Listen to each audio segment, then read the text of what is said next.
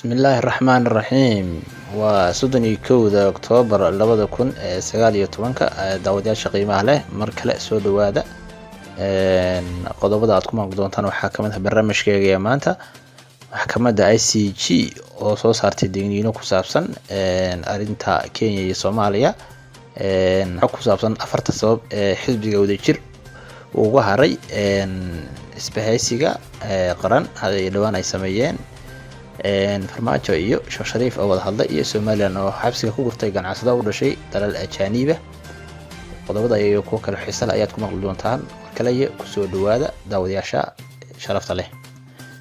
Maxkamadda ICJ, maxkamadda cadaaladda adduunka ICJ oo soo saartay digniino ku saabsan kiiska badda ee Soomaaliya. Maxkamadda cadaaladda adduunka ICJ oo ay taalo dacwad u dhaxaysa dowladaha dariska ah ee Kenya iyo Soomaaliya ayaa soo saartay digniin ku saabsan kiiska dacwadda badda. Maxkamadda ayaa dacwadda badda Soomaaliya iyo Kenya ku soo dartay warbixin ay soo saartay oo ay ka hadlaysay waxqabadkeeda 2019. Maxkamadda ayaa dowladaha Soomaaliya iyo Kenya u sheegtay inaysan mar kale aqbali doonin in dib u dhigis lagu sameeyo kiiska badda. Maxkamadda ayaa dacwadda labada dowladood u mudeysay inay ugu dambeyn dhacdo bisha Juun ee sanadka soo socda 2020. Dhanka kale, maxkamadda ayaa cadeysay inay Kenya hore u sheegtay inaysan maxkamadda kiiska qaadi karin, balse maxkamadda ayaa sheegtay inay ku adkeysatay in kiiskaas awood sharci u leedahay inay qaado. Waxay sheegtay in labada dowladood ay awood u yeelan waayeen inay kiiskooda ku xaliyaan qaab diblomaasiyadeed. Hadda wixii ka dambeeyana uu go'aan hor yaalo maxkamadda iyadana ay soo saari doonto. Dowladda Kenya ayaa dhawaan maxkamadda ICJ ka codsatay inay muddo 12 bil ah loogu daro kiiska dacwadda badda, taas oo ay maxkamaddu aqbashay. Kenya ayaa dhowr jeer isku dayday inay wada hadal ku dhameyso muranka badda ee labada dowladood, balse dowladda Soomaaliya ayaa ka diiday arrinka. Cabdiraxmaan Abshakuur ah gudoomiyaha xisbiga wadajir ayaa la sheegayaa inuu ka baxay isbahaysigii midnimo qaran ee dhawaan ay sameeyeen. Cabdiraxmaan ma uusan sheegin sababta uu xisbigiisa uga haray madasha xisbiyada, inkastoo uu xubno ku dhow laga soo xigtay inaysan jeclaysan qaabka wax loo wado, balse warar ay heshay warbaahinta Maamus TV ayaa sheegaya inay sababeen ilaa 4 arrimood oo gaar ah. xubno ka tirsan xafiiska madaxweynayaashii hore ee Soomaaliya Sheekh Shariif, Sheekh Axmed iyo Xasan Sheekh Maxamuud ayaa noo sheegay in duruufaha ay sababeen diidmada hogaamiyaha xisbiga wadajir ay kala yihiin. Number 1, xisbigu waxa uu ogaaday in tartanka ugu adag ee siyaasadda Soomaaliya uu hadda u dhaxeeyo madaxweynayaashii hore ee Soomaaliya Xasan Sheekh Maxamuud iyo Sheekh Shariif Sheekh Axmed iyo hoggaanka Soomaaliya gaar ahaan madaxweyne Farmaajo. Sidaas darteedna ay door bideen inay isku abaabulaan awood gaar ah, awood saddexaaneed oo iyaguna barbar socon karta labadaasi awoodood ee isbacsanaysa. Xisbiga wadajir wuxuu isku dayay inuu hoggaan u noqdo madasha, maadaama Shariif iyo Xasan ay leeyihiin awood siyaasadeed iyo saameyn kale, isla markaana ay halkaasi ku ilaalinayaan magaca iyo saameynta xisbiga wadajir, balse ma dhicin. Waana sababta labaad oo ay ugu baaqdeen ka mid noqoshada madasha. Sidoo kale, madaxa xisbiga wadajir ayaa ugu baaqday madasha haddii ay ka mid noqdaan uusan xisbigooda gooni u hadli karin, waxna u dhaliili karin, isla markaana uu noqon doono mid ku xiran xisbiyada kale. Haddii ay arrintaas dhacdana, waxaa wararka soo baxaya ama khudbadaha la jeedinayo saameynta ugu badan yeelan doona madaxweynayaashii hore ee dalka, kuwaas oo laga yaabo inay ku bataan warbaahinta iyo baraha bulshada. Qodobada ayaa lagu sheegay in Cabdiraxmaan Abshakuur uu arko in madasha ay ku badan yihiin oo kaliya xisbiyo hogaamiyaashoodu isku dhow yihiin qoys ahaan, iyo in yar oo doonaya in ay ku daba feelmaan oo aad u yar rajadoodu.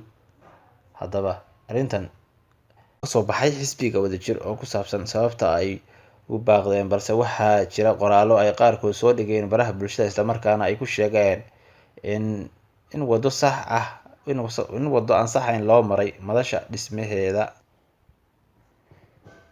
Warar ayaa sheegay in madaxweyne Farmaajo uu la hadlay Sheekh Shariif. Haddaba maxaa ka soo baxay wada hadalkoodii? Madaxweynaha Soomaaliya Maxamed Abdullaahi Farmaajo ayaa xiriir qadka telefoonka xalay la sameeyay madaxweynihii hore ee Soomaaliya Sheekh Shariif Sheekh Axmed oo shalay loo doortay inuu noqdo hogaamiyaha madasha xisbiyada qaran. Sida ay ogaatay warbaahinta Maamuus TV ama ay u xaqiijiyeen xubno ka tirsan madaxda xisbiyada qaran, madaxweyne Farmaajo ayaa Sheekh Shariif ku codsaday inuu la yeesho kulan gaar ah, balse Sheekh Shariif ayaa diiday inuu aqbalo casuumadaas. Sheekh Shariif ayaa u sheegay Farmaajo in shalay wixii ka horeeyay taas macquul ahayd, balse uu hadda yahay hogaamiye madal xisbiyo ku midoobeen. haddii uu la kulmayna ay tahay in madasha oo dhan la xasuumo. Madaxweyne Farmaajo ayaa la sheegay inuu markaas kadib uu sheegay inuu arrinkaas kasoo tashan doono, dibna ula soo xiriiri doono. Wadahadalka labada mas-uul ayaa imaanaya xilli maalmo ka hor kulan qarsoodi ah oo Muqdisho ku dhex maray agaasimaha NISA Fahad Yaasiin iyo xubno ka tirsan xisbiga UPD. Isbahaysiga madasha xisbiyada ee mucaaradka ah ayaa culays weyn ku noqday dowladda federaalka, waxaana muuqata isku day dowladdu dooneyso inay ku dhex gasho xisbiyada qaar oo ay wadahadallo hoose la furto. Xubnaha mucaaradka ee midoobay ayaa si cad uga digay in dowladdu Soomaaliya samaysato muddo kororsi, taasina ay tahay wax aysan marnaba aqbali doonin. Dowladda ayaa isku dayeysa inay kala furfurto xisbiyada midoobay si ay culayska isaga yareyso, waxaana ilaa hadda fashilmay laba isku day oo ay soo sameysay dowladda Soomaaliya. Somalilan oo xabsiga ku gurtay ganacsato ajaanib ah oo kasoo jeeda 6 dal oo kala duwan. Xukuumadda Somalilan uu hogaamiyo madaxweyne Muuse Biixi ayaa xabsiga ku gurtay ganacsato ajaanib ah oo ka shaqeynayay deegaanadeeda. Somalilan ayaa sheegtay in ganacsada ay xabsiga dhigtay ay ka kala soo jeedaan dalalka Jarmalka, Shiinaha, Masar, Boortaqiis, Yemen iyo Suudaan. Mustafa Maxamed Cali Bile, agaasimaha guud ee wasaaradda ganacsiga Somalilan, ayaa si rasmi ah u xaqiijiyay arrinkaasi, isagoo sheegay in ganacsatadaasi xabsiyada dhigeen ay ka shaqeysanayeen magaalada Wajaale. Wuxuuna yidhi, dhawaan wasaaradda ganacsiga waxa ay cabasho uga timi ganacsatada oo ka cabanaya ajaanib fara badan oo ka ganacsanayay ganacsigii ay hayeen. Waxaa ka mid ah ganacsatada soo cabatay kuwa Wajaale iyo Hargeysa. Wasaaraddu kormeer ay sameysay waxayna tagtay Wajaale, halkaas waxaana kusoo aragnay ganacsato fara badan oo ajaanib ah oo Shiinees iyo kuwo kaleba isugu jira. Ganacsatadaasi Shiineeska ah oo ka ganacsanayay ganacsigii uu ka ganacsan lahaa qofka muwaadinka ah ee Somalilan waxay iibinayeen tafaariiq jumlo. Wuxuu intaasi kusii daray agaasimuhu, waxayna meherado yaryari ka furteen magaalada Wajaale. Ganacsatadaas wasaaraddu waa ay soo wada xidhay oo isugu jiray Shiinees, Jarmal, Suudaan, Boortaqiis, Yemeniyiin, Masriyiin iyo Carab kale. Markii la weydiiyey ruqsadda ay ku shaqeysanayeen, waxay dhammaantood la soo wada baxeen liisamo ay leeyihiin muwaadiniin reer Somalilan ah, ayuu yidhi. Xukuumadda Somalilan ayaa rasmi ah u shaacin tirada ganacsatada ay xabsiga ku gurtay, balse ka gaabsatay in dalalka ay kasoo jeedaan kaliya ay soo bandhigto.